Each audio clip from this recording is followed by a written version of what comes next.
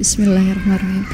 Oke, Masya Allah. Aku merinding dengernya kayak Allah tuh kalau misalnya nggak ada cobaan itu kita nggak akan pernah belajar dari situ ya. Itu yang aku juga dapetin sebenarnya dari perjalanan proses hijrah aku. Kalau mungkin pada tahu akhirnya aku memutuskan pakai menutup aurat itu tahun 2012, tahun setelah aku nikah. Tujuan aku yang pertama untuk ketika aku menutup aurat adalah supaya aku terpisah dari pergaulan aku yang sebelumnya. Itu tujuan aku yang pertama, gimana caranya ada rem untuk aku dan suamiku keluar dari pergaulan kita yang dulu.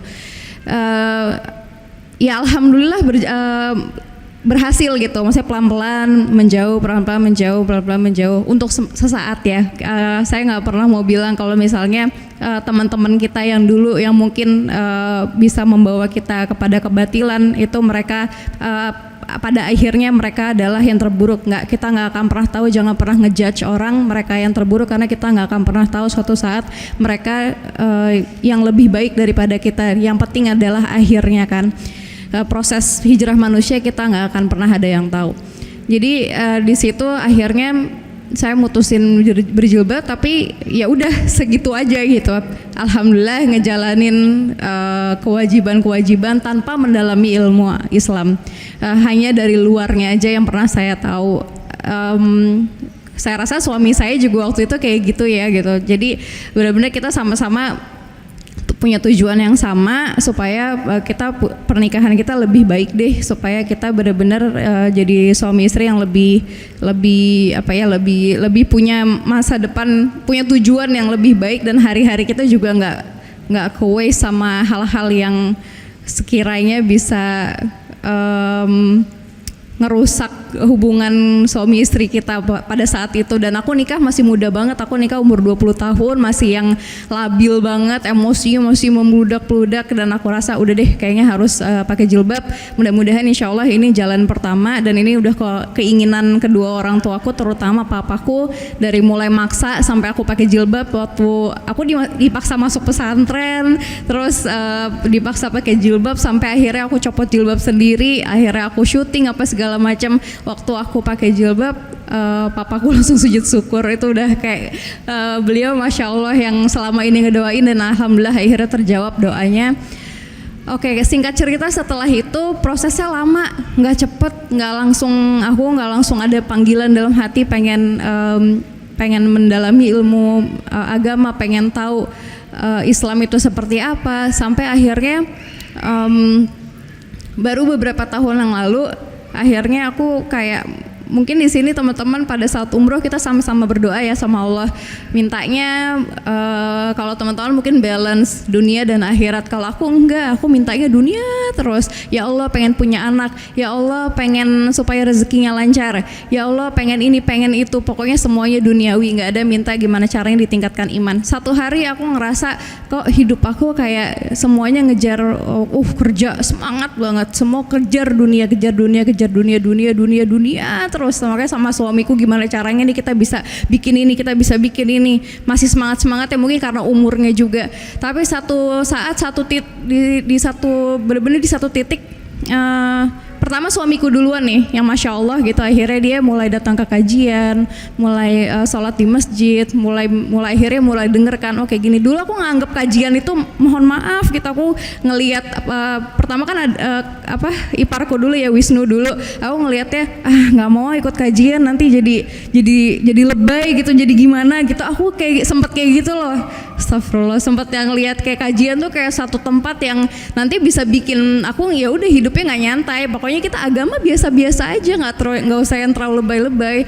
Sampai pernah ada pemikiran aku yang kayak gitu, dan akhirnya aku satu titik aku benar-benar ngerasa ada yang hilang di dalam hidup aku gitu, kayak ada yang kosong gitu. Setelah pencapaian yang aku dapat, apa ya yang nggak enak gitu, apa yang ngeganjel dalam hati, kenapa sholat biasa aja ya gitu, nggak ada rasa yang nempel di dalam hati, kenapa hidup nggak tenang ya gitu, kenapa dapat rezeki juga biasa aja, kenapa dapat masalah ya tambah gusar gitu. Maksudnya nggak ada kayak tempat kita untuk bersimpuh.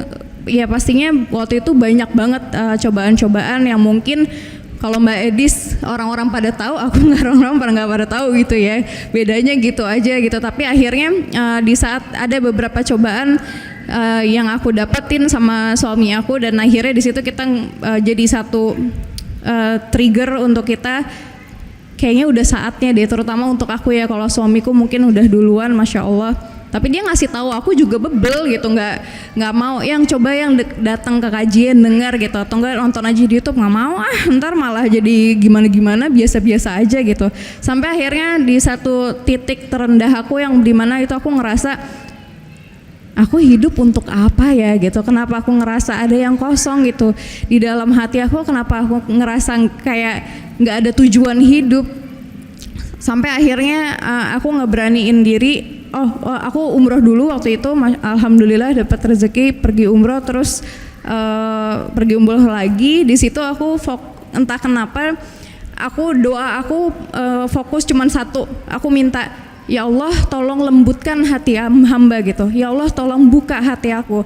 Kalau aku minta benar-benar di situ fokus minta Allah supaya sentuh hati aku, dah nggak ada doa yang lain, itu doang yang aku minta.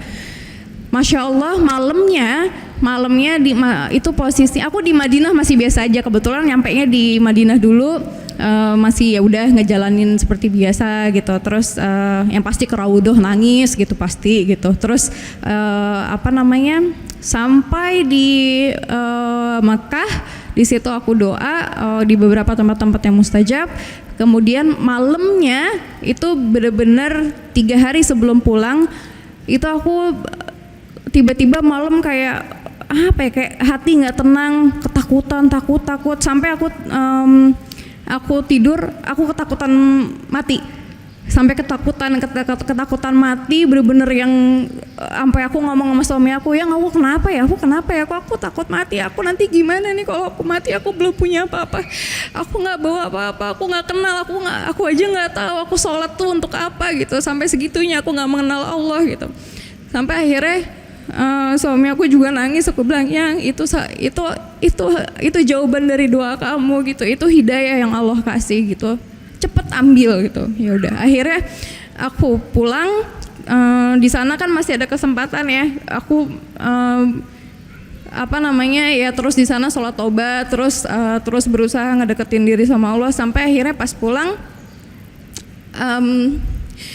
pertama aku ngeberaniin diri gitu untuk nonton di YouTube dulu. Ya Allah, ternyata kemana aja aku selama ini ya, ternyata seindah ini Islam gitu, seindah ini ajaran-ajaran yang Allah kasih, seindah ini Al-Quran, seindah ini cinta Rasulullah sama kita gitu. Aku kemana aja selama ini. Terus sampai akhirnya aku memberanikan diri untuk datang ke kajian pertama, itu kajiannya Ustadz Fatih. Di situ kajiannya temanya tentang kematian. Jadi udah masya Allah, udah jalan Allah baik banget. Allah masih ngasih kesempatan untuk aku untuk bisa mendekatkan diri sama Allah, memperbaiki diri lagi, mengisi kekosongan dalam kehidupan aku. Yang akhirnya di situ aku masya Allah banget ya. Udah setelah aku pulang, aku makin semangat lagi. Insya Allah ini jadi amal jariah deh buat Ustaz Fatih sama Ummu Sajat, masya Allah. Setelah itu aku pulang, aku alhamdulillah terus kayak kajian itu menjadi satu kebutuhan. Jadi satu kayak kalau sampai ada bolos datang gak kejadian tuh kayak kesel banget gitu, kayak ada yang hilang gitu. Dari yang tadinya sebenci itu sama kajian, kayak maksudnya bukan benci, kayaknya apa sih gitu, nggak usah lah gitu yang kayak gitu. Ya masya Allah, itulah Allah maha pembolak-balik hati manusia. Kita nggak akan pernah ada yang tahu kapan kita ada di posisi ini, kapan kita mungkin naudzubillah min zalik bisa kembali lagi ke posisi yang kemarin, kita nggak akan pernah tahu. Makanya doa yang terus dipanjatkan kepada Allah, kepada Allah untuk supaya tetapkan hati kita, supaya kita tetap bisa lebih baik lagi, tetap bisa seperti ini. Dan alhamdulillah sampai hari ini sih yang aku dapat banget, pastinya ujian banyak, mungkin aku beruntungnya nggak banyak yang tahu aja gitu ujiannya apa gitu. Kalau Mbak Edis, masya Allah sih, sampai aku tapi nggak tahu loh Mbak, aku bener-bener tuh saking aku memang nggak ininya ke ini, sempet dengar sekelentingan aja gitu, nggak yang aku nggak pernah nonton infotainment, nggak yang tipe yang baca media sosial untuk hal-hal yang kayak gitu.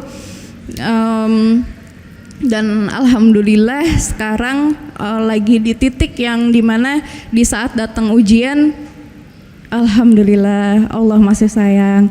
Alhamdulillah Allah lagi pengen ini, sayang hambaku sini kemana aja dari kemarin gitu, kok kayaknya ada yang kurang gitu. Kalau misal lagi dikasih ujian sama Allah jadi ngerasanya kayak alhamdulillah gitu. Kalau dikasih rezeki sama Allah alhamdulillah lagi, tapi kadang-kadang takut gitu.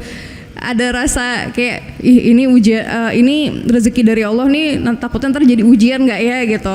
Dan satu yang aku dapat dari proses hijrah, satu yang nggak pernah bisa dibayar dengan apapun, satu hal, ketenangan. Dah itu aja, ketenangan yang selama ini aku cari dalam hidup aku yang nggak pernah aku dapat.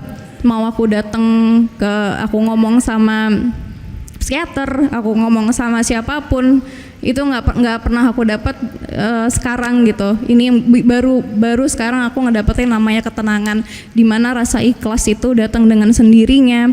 Ketika ujian datang ikhlas, insya Allah pasti namanya manusia ya, nggak mungkin kita yang namanya dikasih ujian nggak sedih, nggak apa, pasti ada sedihnya. Tapi di saat kita dekat sama Allah, di saat kita yakin ada yang lebih besar yang bisa benar-benar yang memberikan cobaan tersebut, yang akhirnya bisa menyelesaikan juga cobaan tersebut, di saat kita yakin itu, insya Allah kayaknya hidup ini tenang aja. Sampai sekarang yang bikin takut cuma satu,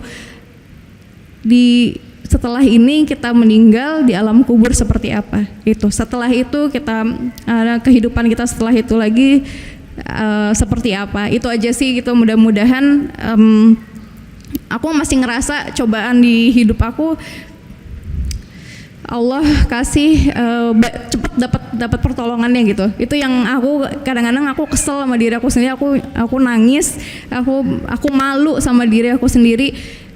Allah sebaik ini sama aku, tapi aku dari kemarin kemana aja gitu. Tapi masya Allah, Allah baik banget. Mungkin kalau misalnya cobaan beda-beda ya, sampai hari ini melihat aku belum dikasih keturunan, tapi ya kalau mungkin banyak yang nanya ini kok bisa sabar sih gitu. Kalau dulu ya mungkin kalau misalnya ada orang yang ngebully apa segala macam gitu, kita cuek tapi dalam hati juga kayak kesel apa segala macam. Tapi kalau sekarang nggak tahu ya, masya Allah deh, aduh kayak hidup tenang aja bawaannya. Alhamdulillah.